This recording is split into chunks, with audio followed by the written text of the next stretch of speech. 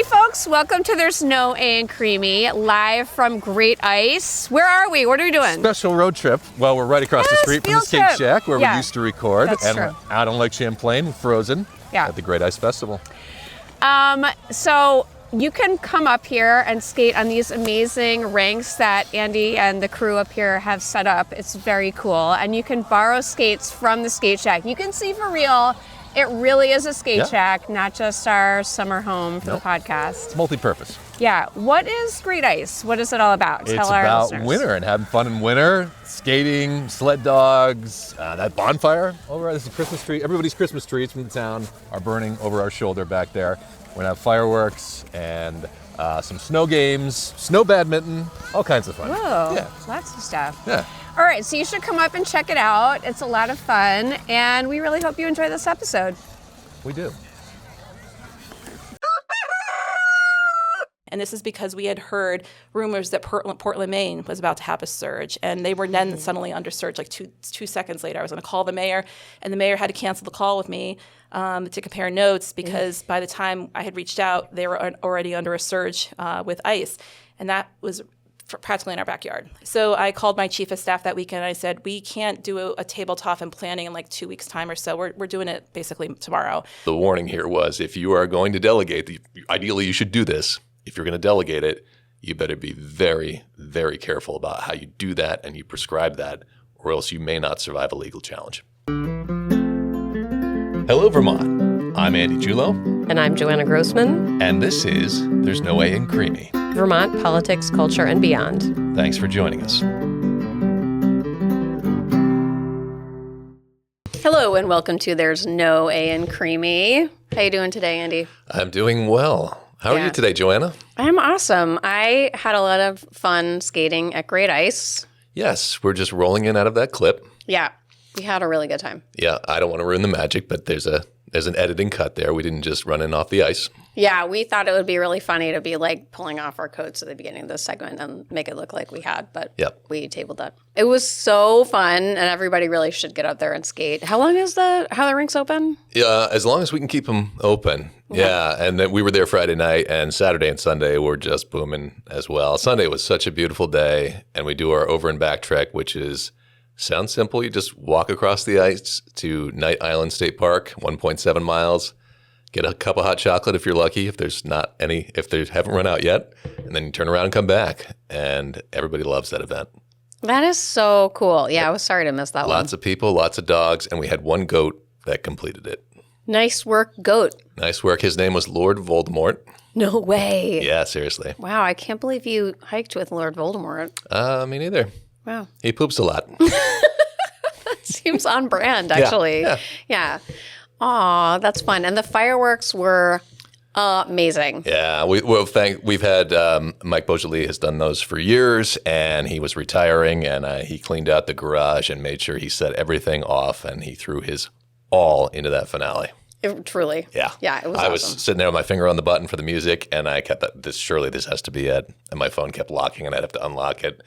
This has to be it. And it just kept going. 23 minutes, that show. Insane. Yeah. We put some pics on our social for folks who missed that. There you go. But you can still get up there and skate. Yes, you can. Yeah. Kramerkin's going to have some more events out there. The Full Moon Festival, some fires and skating. It'll be fun. Yeah, and you can borrow skates from the skate shack where we used to record. That's right. Yeah. Yeah. I think we covered that in the reel, but the skate shack is actually, that's right, actually has skates in it that you can borrow. Yeah. So tell it I said hi. I miss it.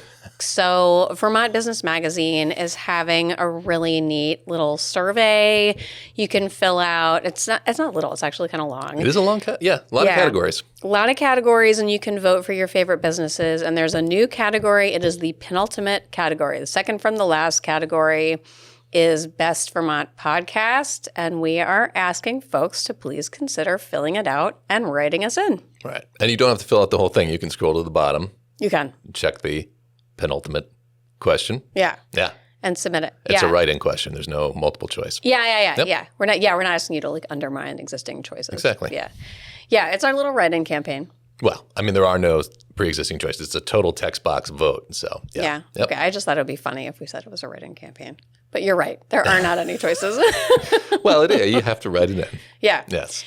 Yeah. Yes. Did I ruin that for you?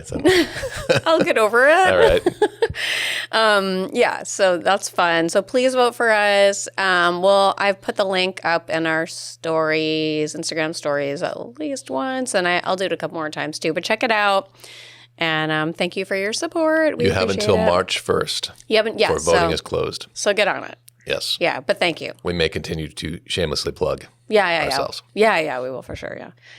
Okay, so we have had some interesting evolution in the changes that happened to Act 250 last year. And it's been interesting for me as I learn a little bit more about all the different towns in Chittenden County and how they're responding to the new Tier 1B option that came out of Act 181. Want to talk a little about that? Sure. Yeah. I mean, we covered a little bit of this happening at the end of last session, but just as a refresher, there's this concept of tiering that will be done. And regional planning commissions are out there, and they've mostly completed their work. They're still in draft format, and some of them haven't been certified. But figuring out where potential growth areas are, and that would be Tier 1, and those would be areas that would be less stringent than Act 250 has been.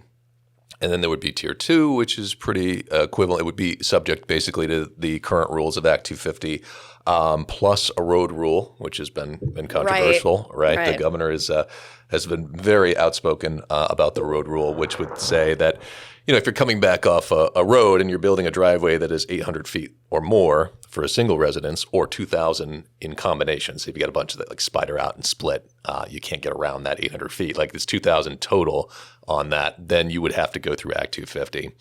And the thinking behind that is you're not building long private roads or town roads back off of the state highway and starting to splinter the forest and leave towns with these expensive roads that they have to maintain with very few houses on them. So just keeping the development a little dense. The governor's argument is that limits housing, and we just can't be putting any limiting on housing right now. We just need to build wherever we can. And then there's Tier 3, which are protected areas. They would be, near rivers, on mountainsides, and they would be very difficult to develop. They would all basically hit Act 250, regardless of how big your development was. And that's the concept, and regional planning commissions are out there mapping, these areas, submitting them to the Land Use Review Board, or the LURB, for finalization. And it's up to towns. Towns can have to opt into Tier 1A or Tier 1B. And the difference is Tier 1A is you are basically saying we want to be exempt from Act 250. We will manage the whole thing as a city or a town. Yeah. You have to meet pretty stringent requirements. It's an enormous responsibility. It is, and you have to meet some requirements to be able to make the case to the state that you can have that. Yeah. 1B is more of a middle ground. You can have housing units up to 50 units within your boundaries, and those would be exempt. And otherwise, you're subject to Act 250. Yeah. And that's kind of the way it was left. And so, I mean, there's some changes potential here. The governor would like to push all of this out 3 years. We have temporary exemptions in place. He would like to just continue to roll with those temporary exemptions. He doesn't want the road rule at all. He would like to delay the implementation of that, or just get rid of it entirely. Right. And the Rural Caucus has come in and said, well, why don't we, if you're going to be in Tier 2 or Tier 3, you have a right to be a part of these finalization of these rules. And so what we want you to do is the state will mail a letter every time there's a hearing on the finalization of these rules to every property owner in Tier 2 or Tier 3, which is about millions of dollars in postage, which is just an effort to basically arrest the process and slow it down. Yeah. So that's the theme. A lot of people want to slow this down. Some people want to keep it rolling, but lots of discussion going on about Act 250 and Act 181 in the State House right now. Yeah. Yeah, it's interesting to see how that's evolving. I mean, we'd hoped this would be, the next big thing to solve our housing crisis, and it's looking like it needs a few more tweaks. Yeah, it seemed very promising where you'd say Tier 1A, let's pick the spots where we have water, we have wastewater, we have density, and let's just build there as thickly as we can. And tier 2, let's just kind of keep Vermont as it is. We'll have single family homes, every 2, 3, 4 acres. And then tier 3, let's just recognize where it's not healthy to put development at all. In some people's minds, tier 3 has ended up a lot bigger than they thought it would be, and a lot more areas are under protection. Yeah. And we're seeing a lot more municipalities than we would have thought saying, we don't really want to be part of tier 1A or 1B. Yeah. We'll just be subject to the standard Act 250 rules as we always have been, which maybe wasn't expected. Yeah. Yep. It's been fascinating to see it play out in select boards, like who is going for 1A, who is considering 1B, and who is functionally opting out of those of tier 1 options. It's a very critical conversation to be having in your municipality, and I don't know that everybody is entirely aware of it. It's happened very quickly. I'm sure they're not, it would be such a great pathway forward if, communities could align on okay, here's where we all agree we can create some housing so that our kids can stay in Vermont. Yeah. But it's not simple. No. We really all wish it agree that was. We would like the next town over to do all the building. We'll stay the same. I think folks could agree on that. Yep. That's true. So another little snippet that is coming out of the legislature is some interesting chatter about repercussions that could potentially happen if school district boundaries are forced to change. Yeah, there was a discussion in the Senate Ed Committee on February 10th from Ledge Council reviewing Act 46, which was the previous attempt to force some consolidation at the state level, and a challenge through the court system that barely made it. And it was because the legislature had designated the drawing of districts to the State Board of Education. The courts found that they had done a good job of delegating it and drawing pretty strict parameters around that. But we're pretty clear that if they hadn't done that they might have ruled differently. Yeah. And so there was a word of caution from Ledge Council that, look, if you really should, as the legislature, you are the governing body, and school districts are basically municipalities. You have the ability to override them, and really you only. And so if you want to draw maps, you really should do it yourself. And we've seen some hesitancy from legislators as we go into this election to put their name on maps that are pairing towns that don't want to be together, or potentially closing schools that don't want to be closed. Yeah. And so the warning here was, if you are going to delegate, ideally you should do this. If you're going to delegate it, you better be very, very careful about how you do that and you prescribe that, or else you may not survive a legal challenge. Yeah. That is definitely an interesting little facet to see how that breaks out. Yep. Yeah. All right. So the election season is continuing to evolve and heat up. And we've been trying to cover campaign launches as they happen. We're not getting to all of them, but we've gotten to quite a few.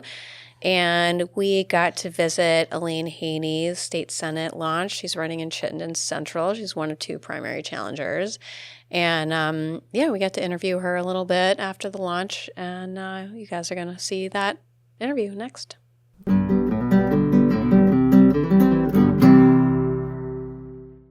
Elaine Haney.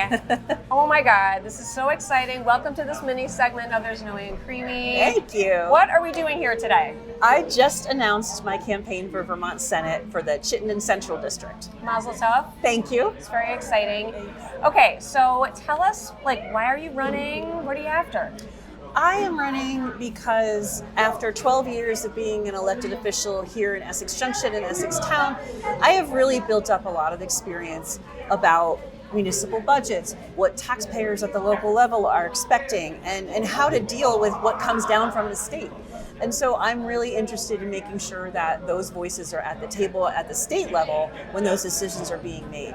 But I'm also really interested in bringing people together, doing working really hard on difficult decisions at the legislative level. You know, with Essex Junction and Essex Town, when we did our separation, which was, we started out as a merger and we ended up separating, and it was an incredibly difficult, very long-term project, and it worked. And we're all still good neighbors. And so I feel like I would like to bring that kind of experience of being at that kind of table and having those hard conversations, bring that to the Senate, and hopefully result in some really good decision making for Vermonters. Yeah, I love that. I love the idea of really trying to dig into the hard conversations. I mean, we do plenty of that on this show, and it would be nice to see a nicer kind of collaborative approach in the Senate. Can you talk to us a little? So you co-hosted an episode with me I did. in August. That was that was so fun. so fun. And we talked a lot about primary challenges, and We did. you talked the talk, and now you're walking the walk. So It's true. yeah, I talk mean, to us a little about that. Yeah, so there are 3 seats in this district, and the top 3 vote getters get the votes. But of course, the first question people ask is, who are you running against? And my answer is, I'm not running against anybody. I'm running to come in first, second, or third. And that's what everybody is doing. So, you know, there's incumbents who have been there only a short period of time. There's incumbents that have been there a very long time. I think, I think it's time for some voices outside of Burlington. I think it's time, I don't think there's ever been a senator from Essex Junction. If there has, it's been a very long time. And I just bring a different perspective. And I really believe in the democratic process and giving voters a chance to choose from amongst, I mean, honestly, voters in this district are going to have a cornucopia of excellent candidates to choose from. So I think that's a great thing for voters. And, you know, I'm willing to take that risk that I'll be one of them, or I might not be one of them, but I'm going to work really hard to engage with voters. And, you know, primaries are super important. You don't want to have unchallenged offices. That just doesn't, people don't feel like they can get there if they don't see different people trying every time. It's important. Yeah, it's a big part of democracy. Exactly. It's messy, but it's important. Yeah. Thank you so much, Elaine. You're welcome. Really appreciate your time, and we'll be following the campaign as it unfolds. Thank you. I'll be following that. There's no A in Creemee. Oh, thank you. All right.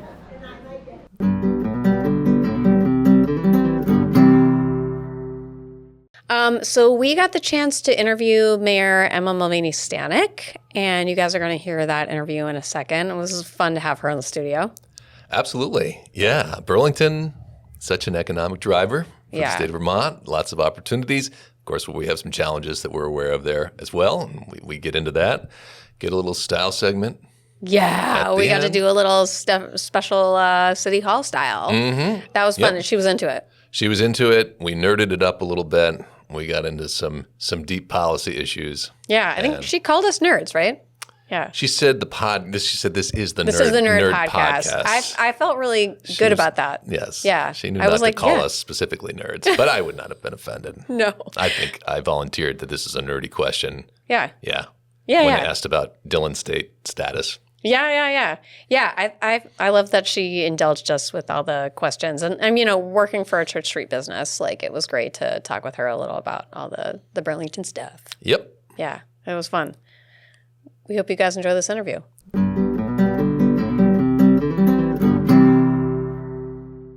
Hello and welcome to There's No A in Creemee. Mayor Emma, thank you so much for joining us. I'm so psyched to be here. This will be exciting. Very exciting. So you've been on the job for just about 2 years now. Yep. How's it going? It's the most impossible job. Kind of. I mean, I don't know if there's a harder time to be mayor, and I've actually heard that from prior Burlington mayors, for the record. But it is, you know, you walk in and you think you know what the job is, and I was an elected state representative before and a city councilor before, so I thought I knew what I was walking into for the most part. But it has been a humbling experience because what we're facing as a city is some of the most unprecedented crises that are sort of coexisting between homelessness and mental health crises and substance use crisis and whatnot. And then you throw like state response on top of that, or lack thereof. And then you throw on the new flavor of the year, which is the federal rise of fascism, to be perfectly frank. And that makes this a pretty impossible time to lead a city that is a big city on Vermont scale, but a tiny city on a national scale. And so we don't have the level of resources by far that I'm finding other mayors have. So we're scrappy and we're making do and we're figuring it out, but it's a very difficult time to untangle all of the really complex things. What do you see right now as the big challenges and opportunities in Burlington right now? Or like you said, we're going through a lot of transition change. Tell us a little more about that. Sure. Well, as I mentioned before, we have this sort of trifecta of issues between the unprecedented number of unhoused people living in the streets. And that's different than just our homelessness numbers, because there are additional folks who are unhoused but have access to ongoing shelter. We have at any point during my first 2 years anywhere between 200 to sometimes 300, 350 people on the streets living outside all year round in Vermont. And that is something that is not unique to Burlington. It's happening at higher numbers across the state now and is a state crisis. However, as someone who grew up in central Vermont, there's always been this Burlington and everybody else vibe. And I've tried hard as someone who grew up in central Vermont, who worked in the State House, to really make some connection points on some of these trifecta issues because they are Vermont's challenges. And yet it's easy, out of sight, out of mind, to sort of put this at Burlington's doorstep and say that's a Burlington issue. However, a lot of these folks are folks from around the state who come to the largest city because it's easier to exist. I talked a lot about this on the campaign trail 2 years ago. I grew up in Barrie. There's no grocery store downtown. There's no kind of centralized bus system to get you to your services. But in Burlington, we have that. And so it is really this sort of broken understanding of community, of how we collectively as a state should be holding and solving this homelessness problem together. And then you pile on, mental health crises and substance use on top of that. And while they coexist for some people, there are people who have mental health challenges that are permanently and securely housed, and there are people who have substance use who also are economically privileged and whatnot, and yet these issues continue to show up in our streets as well. And again, put at the foot of Burlington, and people like to make a story when it's really at all of our doorsteps in the city. So those have been really quite sizable because the city of Burlington doesn't have a Department of Health. We don't do direct service work. We supplement where we can and can afford to supplement, like our designated agency, the Howard Center, where we can. And certainly work closely with all of our shelter providers, but it is beyond Burlington in terms of this very large challenge. And then you have the perception issue around community safety. When I walked in the door, people felt really uncomfortable with what was going on downtown. And I think we've come a long way. I know we've come a long way in these first 2 years of making sure we have a responsive and effective community safety system that's comprehensive, that's not just about police response, but what other kinds of appropriate response do we send so people get someone when you call for help. That wasn't even happening when I walked in. So I'm proud of the work we've done to rebuild our police department, to further invest in the Howard Center, which does our street outreach program. So a lot of things are in place, and yet there's still this kind of lingering reputation, which I put at the feet of the media, frankly, because they tell inaccurate stories. If it bleeds, it leads thing. And most of our media in this state are not owned by local folks anymore. So there's not a loyalty and not a sense of community obligation from a lot of these media sources. So that feels like an uphill battle, because what the true story is in Burlington, especially 2 years in, is we're turning a corner. And there's a renaissance coming in Burlington, truly, where a lot of things are coming online after a lot of painful years of asking people to be patient and rebuilding and doing it thoughtfully, while also we'll I'm sure talk about the budget. It's been a wild time. And yet I'm working with some amazing people who are truly so deeply in love with Burlington that they will do anything to help us turn this corner, and we are. All right, I've got a super nerdy question for you on how you tackle those challenges. So we are in a Dillon state, which yes. Yeah, here we go, right? I'll try to define it as the state. You can't do anything out. The state has to give you permission to change your charter as a municipality. So you've been on both sides of that. You had to deal with all these charter changes coming through as a legislator in Montpelier, and now you're on the other end where you're trying to lead a municipality, and you have to push those changes to the legislature, and they haven't approved them all. How does that affect your job as a municipality? Well, there's two things I haven't thought of as much as I have since becoming mayor. And one is the Dillon's rule piece, and the other is the lack of county government in this state. Yeah. Sometimes when I look, if we really want to nerd out, here we go. Because let's do it. When I look at state government, I think we have modernized, society and the world has sped up and modern times have come to Vermont, but Vermont's structures haven't necessarily caught up. If we really want to geek out, we could talk about the bizarre way we oversee or don't with sheriffs and some of the stories that have been breaking around sheriffs and the lack of oversight that we really have as communities over that particular elected office. The lack of appropriate resources for these jobs, these elected roles for senators and state representatives, and how normal working folks can't possibly run because it pays you next to nothing. So we do not have a representative democracy. I can go down a long list. So back to your question about Dillon's It's all rule. good stuff, right? I love I don't know it. who Dillon is, but Right. I'm not a fan. And it's really because it's very paternalistic when you think about it, because cities, which if you really love local control and you believe in local democracy, should be enabled to enact changes to their local policies that impact just their city or just their town, as long as it's not unconstitutional. That should be the only metric that it gets measured by. But now what happens is that you have this really disproportionate thumb on the scale factor that happens where everyone else in Vermont gets to weigh in on what Burlington does. And one thing that for your listeners, I want to remind folks is that oftentimes, certain parts of the state get ahead and set the goalposts for the rest of the state to catch up to. And Burlington did that with indoor smoking, like probably when I was, 10 years old or something. But we did a charter change to ban smoking inside establishments that the public accommodations or whatnot were able to go to. And eventually the state caught up. We did the same thing on recycling for that matter. And that's not by charter, but we made sure that the city ran recycling to make sure that we enabled and facilitated people recycling long before the state had mandatory recycling and now compost and everything else.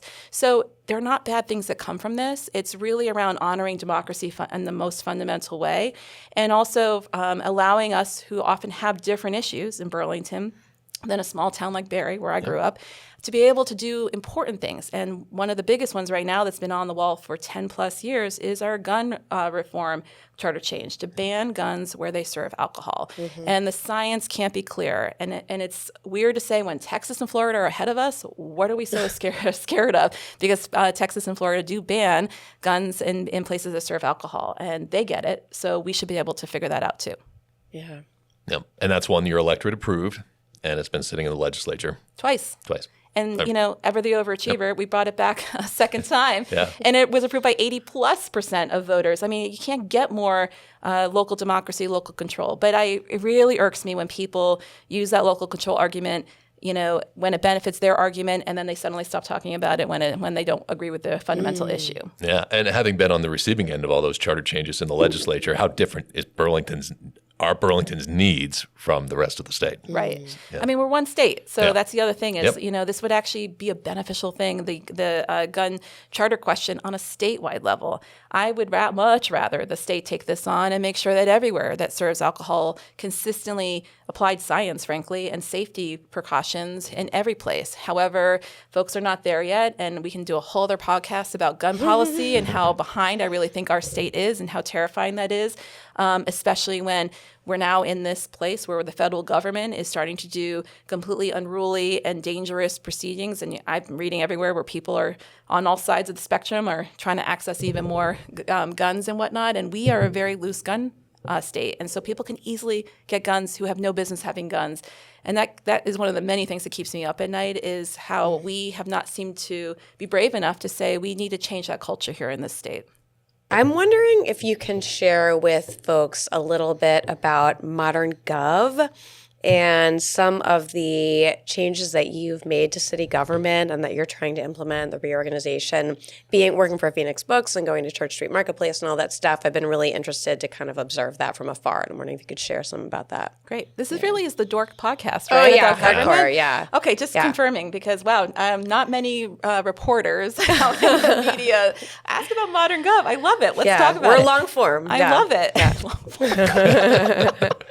No short form bills here, not at all. That's right. I'm actually really glad to talk about it because one of the things that's interesting about Burlington is that we, again, have big city problems, but we're a small city, and so we have limited resources. And when I came in back in 2024, I walked in with my first, what became 3 different years of structural budget gaps in how our operating expenses exceed what we're bringing in terms of revenue. That's essentially what an operating budget is. And I'm kind of annoyed to see what's coming out even out of New York City, because they're not deficits until you overspend. So this is around us being smart enough to know we're projecting that we have too much in terms of our obligations, in terms of city expenses, and we need to do things to change that so we can make sure the city stays affordable and actually we live within our means. That's sort of the fundamentals. One strategy has been Modern Gov, and Modern Gov was an effort we started back in the summer of 2024 to look at how we structure our government and do so in the most efficient and effective ways as a small city. So we added a lot of staff over the years, and at one point we split up basically some components of CEDO to create two different departments that had overlapping missions in some degree on around economic development and business development between CEDO and what used to be called business workforce development. Tertiary Marketplace was moved under business workforce development at that time. That's just one example in that first year where I came in and said, well, we have this structural budget gap that we can anticipate for now year 2, and there's these overlaps, and there's some lack of mission clarity, if you will. How about we actually start looking at streamlining and making sure that we are clear around how many staff we need, for example, in this particular merging, and re-merge CEDO back together to make sure that we have that we're using our limited resources most effectively. It's also meant to be able to do our policy work and with more impact. And so housing is my second big priority. Community safety is the one I've been hard at work at since day one. Housing, I really wanted to be able to accelerate by year 2 of my administration so that we were thinking about ample affordable housing, but doing it in new and modern ways. Burlington used to be a leader 40 years ago with our inclusionary zoning and housing trust fund tools, which are classic tools for how do you get more affordable housing built. But they've sort of gotten dusty on the shelf. They haven't been actually yielding as much affordable housing actually being built than they did 20, 30 years ago. So I needed a department, and now we do have that in CEDO, that reconfigured resources so that we had policy thinkers and strategists really thinking all about housing and not so much the big grant pushing paperwork kind of work that was happening largely in CEDO. And that was only really able to be pulled apart and placed back together by deeply looking at job descriptions and moving some people into our finance team, which is our second big move under Modern Gov in year 1, where we brought a lot of the continuity services back together, including bringing satellite accountants back in, bringing all of our grant people back in. They should all live and work as a team to support the city, because we're just not big enough to have each department have their own accountant, each department have their own grants. There's not a lot of continuity of government thinking there either around system checks, and when people are out, making sure there's not the one person who knows, that's the only person who knows around the CEDO budget. So I can go on forever because clearly I will dork out about that, but that gives the people a taste. And we've done a little bit of change in year 2, but it's largely been a little bit more scaled down because there were some seismic changes we made in a sense of there were some staff reductions that happened, and we want to make sure, first of all, that these two big mergers year 1 work and that we can learn from them before we ask for a charter change, perhaps eventually.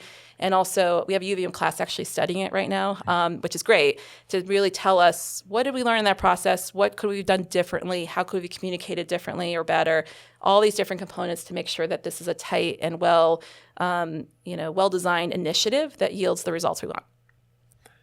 I live in Grand Isle County, which is an older population, which I think is probably pretty typical outside of Chittenden. And I hear so many people say, I don't go to Burlington anymore.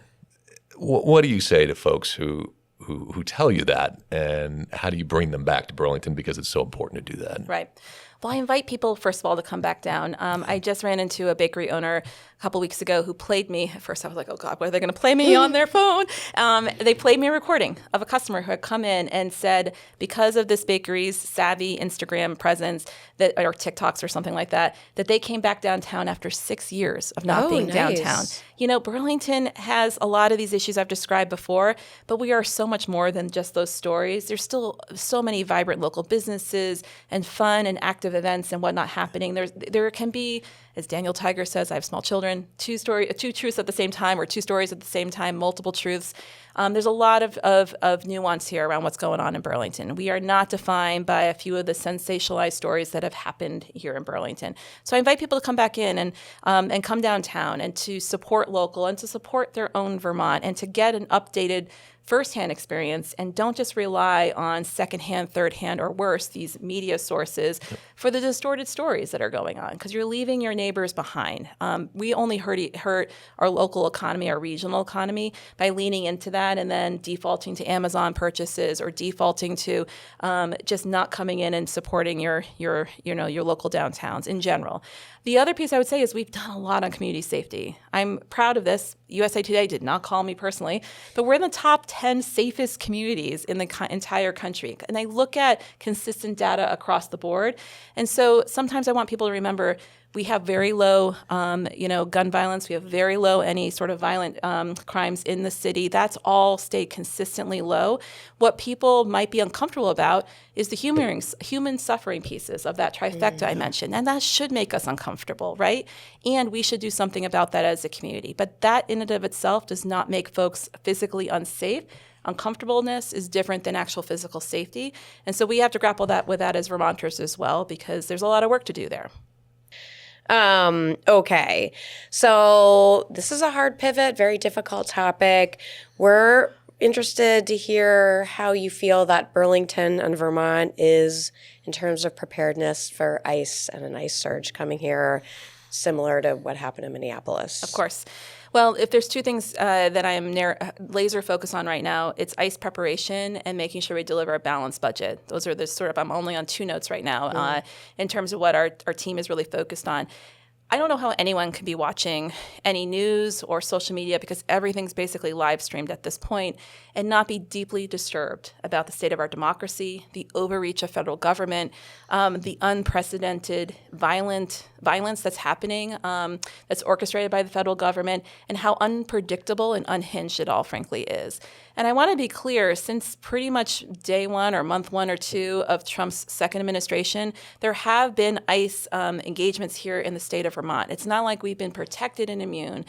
People have been getting picked up, and not in any way near what has been sort of parroted by the president around the reasoning. These folks are not criminals. They don't have criminal backgrounds.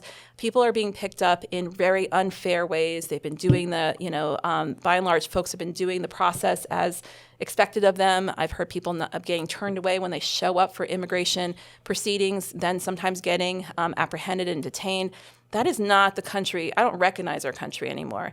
So I was starting to sort of track, Minneapolis was alarming. Frankly, what was happening in Oregon and everywhere else was alarming, Chicago throughout the last year.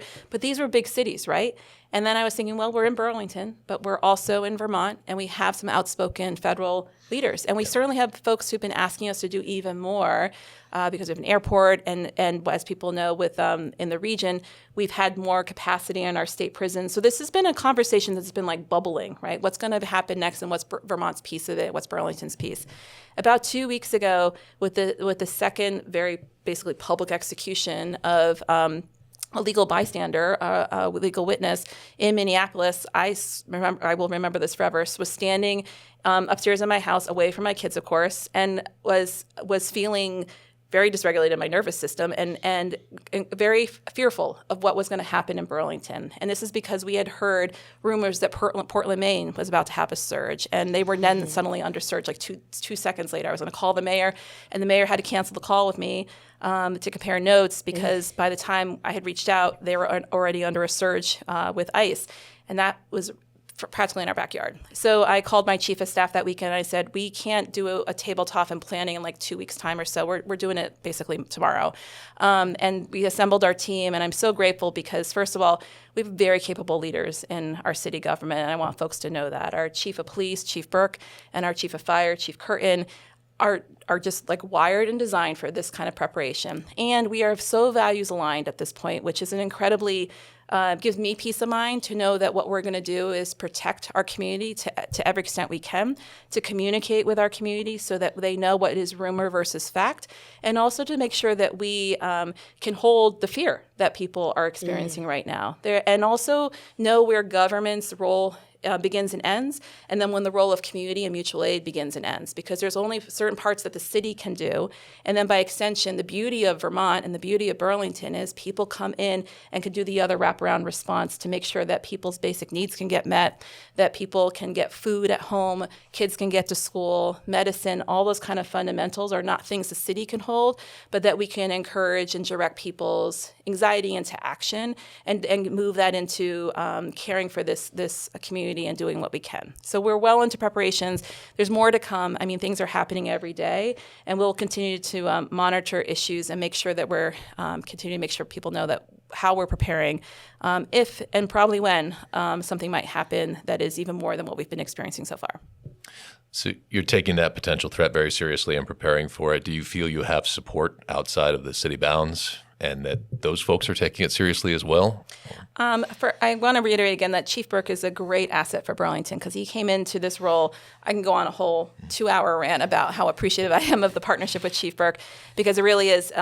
Someone told me this early on when I was a mayor. The relationship between mayor and chief of police is the most important one to work. And when it doesn't work, everything else falls apart. And I've thought about that every day since I've hired Chief Burke, but especially when these kind of unprecedented moments come up, you want someone who not only knows what they're doing, but has the deep and respected relationships that Chief Burke has with the state police and state partners and regionally as well.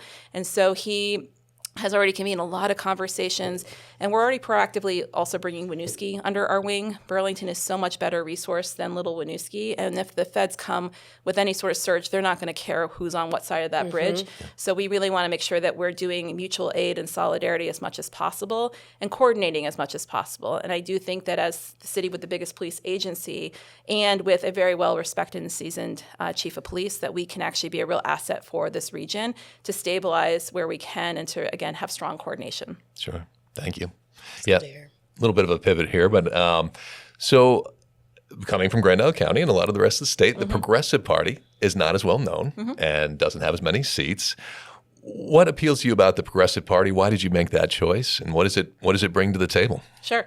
Well, I'm a product of my parents. So as I mentioned, I grew up in Central Vermont, and when I was growing up, there were only progressive small. I would even say small p. They were not a major party in the 90s. Really in and around Burlington, but there's lefties everywhere in the state, to be clear, including my hippie parents. Shout out to Ed and Joellen and Barry, who listen. They actually keep track of me by listening to podcasts and watching me on TV. That's like how they keep track of me. That's awesome. I'll send it to them. But they were so active, and they really tried to work within the Democratic Party in the 80s when Jesse Jackson was running for president. I remember I was probably like 5, I don't know, going to his. He came to visit as a presidential candidate and was here to visit in Vermont, and I remember there was all this excitement about the kinds of politics that Jesse was bringing into the conversation in this country, and people wanted to kind of bring the Democratic Party further to the left back then, and yet there didn't seem to be, and my dad tells me all these stories, there didn't seem to be people ready to kind of grasp and really do that and run with that locally, and so in the state, and so time marches on. Bernie goes on to Congress. Peter Lavelle becomes mayor. There seems to be momentum picking up. And when I first thought about running for office for city council back in 2008, 2009, I remember walking to the polls and looking at who were my options. This is the cycle before for city council. And I lived in the old North End, and there were 2 white men running as Democrats. Actually, I can't even remember if they were running against each other. I think one was probably an independent. And I just remember thinking, these are not representatives of this working class, racially diverse, neighborhood. We need more options. And when I started paying attention a little bit more, I also wanted people to actually advance policies that took the platform of parties into real action and moved that policy and didn't do performative bill introductions, or in this case, resolution introductions, but didn't really move the needle for working people and didn't really move the needle deeply on equity issues and representation issues. And so, when I ran for city council, I had to pick. And at that point, I really looked at just where we were with parties that were actually implementing things. And I know the path from a third party would be harder, but I know that my values were reflected in the bills I put forward. And when you're effective in a democracy, it's about building relationships. And in the State House, I was really proud of my work on the House Commerce Committee. And working under a Republican chair, the only committee in the State House that has a Republican chair on the House side, at least when I was there. He was our guest last week. Yeah, he was Mike great. Marcotte was Yes, there? Yes, he was so wonderful. Yeah, we met him at the State House. Oh Yeah. my God! Well, I'm gonna love on Mike Marcotte, but he's a populist, and that's one of the beautiful things in Vermont when you actually get down to people who want to do policy work. Party doesn't really matter. But at the end of the day, overall, I saw progressives advancing, again, economic justice, social justice policy the most. And to me, that was who I wanted to align with, even though the push was going to be harder because we didn't have a national party to kind of backfill with resources and whatnot. And I was the party chair for many years, recruiting people to run under this banner. And I'm proud of that background. Yeah. It's funny that you mentioned Mike, and I like that you called him a populist. I don't know how he feels about that. But, I mean, I think it's cool. And it was interesting interviewing him because working for Phoenix Books in a small business, and he runs a small business, and he was the one who brought up, like, Amazon, and now it's wrecking our main streets. And I was like, yes. So, yeah. It's like just an old school populist, like Eugene Yeah. Debs, just to be clear, because I think Trump has, like, warped Oh, any yeah, sense of yeah. it, of course. Yeah. But he and I would often, I called it the horseshoe, me and Mike on that committee. Like, me as the lefty progressive and he as the one of the only Republicans on the committee would agree a lot on the fundamentals of like basic needs for Vermonters and around businesses that were left behind. And when we did unemployment, it was often around like how do we really stand up for people who are using unemployment as the necessary economic bridge between loss of a job. And we were so aligned on a lot of those issues, not on the social issues. That's really what went back up here. But like the people in between us were really on that kind of weird other part of the what am I saying? Horseshoe. I mean, so much of governing is about helping people, protect their livelihoods and like working people and making sure they have roles and that we can have enough workforce to match them to the need. Mm-hmm. I mean, that's a huge part of it. Okay. Another hard pivot. So this is coming back a little bit. You should call this the Whiplash podcast. That's right. Okay. All right. I know. I'm like, why did I choose this order? End of the world. Let's talk. Thanks for bearing with us. No problem. Yeah. Okay. So safe injection, harm reduction. Can you give us a little bit of an update on where Burlington is with that and where you'd like to see us go? Sure. Yeah. And so I use terminology like safe consumption because part of the biggest thing that we really have to do in terms of community engagement on this issue is to get through some really old stigmatized DARE days, like the DARE drug program, old language and things that are just not in a public health affirmed kind of way. Because what we're really grappling with are people who are living with a medical disorder that's substance use based, right? And when we think about like the kind of imagery when we use language like safe injection, people consume, substances in all sorts of ways. And what we're trying to do here is a combination of harm reduction and a public health response that actually gets people their needs met and puts services in front of people in ways that build those really trusted relationships that are desperately needed.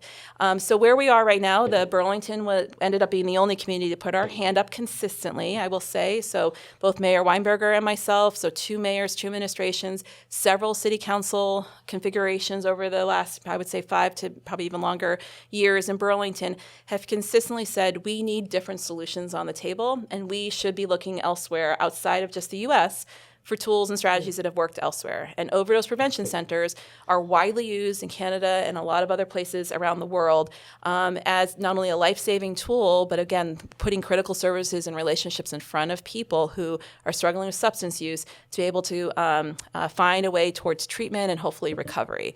So we were the one city who put our hand up. Brattleboro was going to be the second one, and then they backed out last minute. And so we have a grant from the state, and we have been slowly implementing our grant agreement with the state. We've selected a local partner, the Vermonters for Criminal Justice Reform, who already does a lot of harm reduction services right in the center of downtown. You would never even know it. They're over on Bank Street. They are great neighbors, and they have really built some trusted relationships with folks living with substance use and had great successes with some of their services they're able to provide now. And they are the ones selected who will be the actual service provider. The city is a pass-through and sort of a compliance arm of the grant, and then we will select the person. And we have selected that entity to do the services. So we're now in the stage where they're looking for locations. They're doing deep community engagement to be able to figure out, what else do we need to do to make sure that this lands in the right location. Co-location's a really serious thing to consider. We do not want this on like the outskirts of town where there's no bus route there. You want to make sure that ideally it's co-located maybe near another health or other sets of services that people need to access who might have other needs it might be just a health clinic or it might be, pharmacies, other kinds of things that it might need, and that it's going to be usable by community. So one of the things we've done that wrapped up just about a month or so ago were 2 series of surveys, one to the general community, just to get general feedback on what else we need to be thinking about. The second was actually to users, folks who are living with substance use, to get their direct feedback on what kind of center would they utilize. We won't want to design something that's not informed by people with lived experience. That's a very backwards way to think about it, and we're trying to be progressive in our thinking, but also looking at other models. And we're heavily leaning on Providence, Rhode Island's model. They stood up an OPC about a year ago, and also New York City, which has 2 different locations. So they've taken us under their wing, and we've been really appreciative of learning from their startup years on how we design Burlington's process. Yeah. I'm getting the signal that you're almost out of time. So, Okay. Lightning round. So we do have a semi-recurring segment. I call it the State House style segment. And while we'll make it City Hall style for this case. So I'm really interested in the intersection between look and politics. And I love when people bring a little look. And like, you always look amazing. And I'm sort of curious if you could share with us a little about your outlook on how you bring style into your work. Well, as the first woman and first out queer person to be the mayor in the history of the city of Burlington, it wasn't that hard to up the style game. And you can come for me, former mayors of Burlington, but it wasn't that hard, know. But I think it's really important, look good, feel good. And I think the other thing that's really been strategic for me is if you ever come to City Hall, welcome both of you to come to visit City Hall. In my office is where all of my shoes live. Nice. And I wear high heels all the time, even in Vermont. And I did it in the State House because there is this piece around, taking space. And as a woman, and especially as a first woman in this role, there is something physical that's important around when I walk in to command that level of respect. There's still a patriarchy out there. There's still some dismantling of it that needs to happen. And so it's strategic as much as it is fun to dress stylish. It is an important statement when we're taking space as women electeds. Yes. Yep. Oh, man, I couldn't agree more with that. Are you the last question? Yes. So when you go to a Creemee stand, what do you order?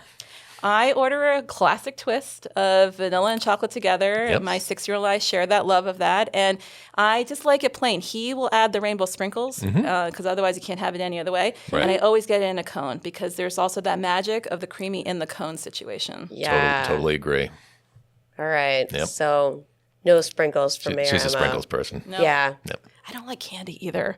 It's a weird thing. Yeah. Whoa. I know. Chocolate pretzels is the exception, but candy, no. That's a good exception, though. Right? Just, yeah. Nice. Thank you so much. Yes, thank you very much. Thanks for having me. It was fun. Yeah, awesome.